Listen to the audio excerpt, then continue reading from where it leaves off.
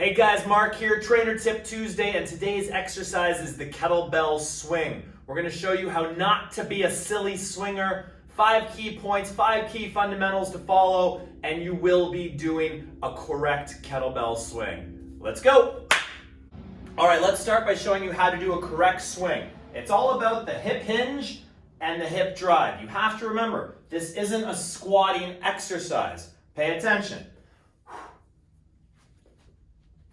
Hip hinge, hip drive, hinge, drive. Now I'm going to show you the 5 things I see people doing wrong all the freaking time. All right, mistake number 1.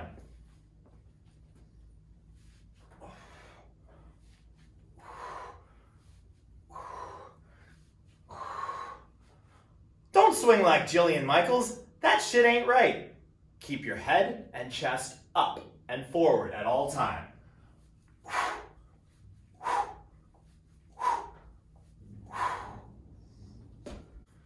Mistake number 2, already told you about this one. Stop squatting. This is not a kettlebell swing.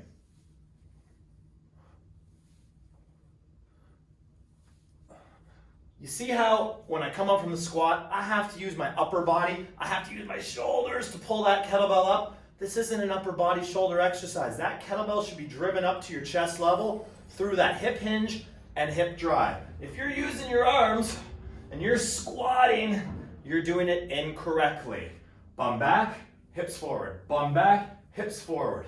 The kettlebell becomes an extension of your arms, not dropping like that. Mistake number 3. Guys, you have to activate your core in this exercise. I don't want to see rounded shoulders. This is another big one I'm seeing quite often in class. You could be swinging right, but if your shoulders are rounding like this, you're swinging incorrectly. You need your shoulders back, your chest popped out. Swing through the legs, up to the chest. No rounded shoulders while you swing. That's going to hurt your back too. Mistake number 4, the position of your feet. Guys, just think, when I say shoulder width apart, I mean shoulder width apart. I don't mean out here. Most of you, your shoulders aren't out to here, so when you're swinging like this, I mean, actually that doesn't look too bad, but trust me, for somebody that doesn't know how to swing, just go shoulder width apart. Don't go way out here. Stick to this position. And you'll be fine. Mistake number 5, last but not least, I see about 10 to 15% of people doing this. I call it the double pump.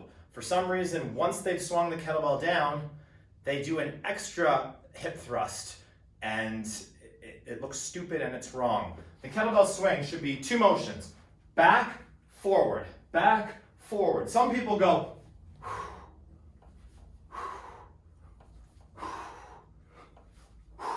there's no double pump. Up, down, up, down. Got it? Good.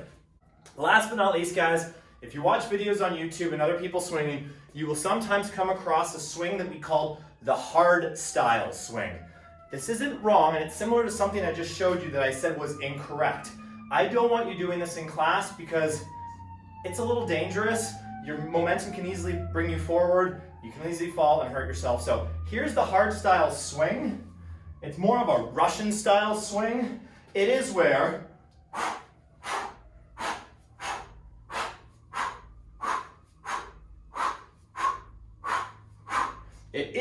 your chest and head look down and you drive yourself back up rapidly, explosively. The problem with when people do this, who are inexperienced, is they swing down, they pause, and then they come back up. They're not getting the same up-down kind of motion that I was showing you there. So it's a much more difficult kettlebell swing to do, and I would advise you against it in class unless you're an experienced kettlebell user who really wants to do it and does it correctly. Otherwise, guys, stick to the 5 key tips I gave you on what not to do. Your kettlebell swing should look just like mine at the start of this video. Don't be a silly swinger. This is the one exercise that will hurt your lower back if you do it incorrectly. If you do everything I just showed you, you will not hurt your lower back.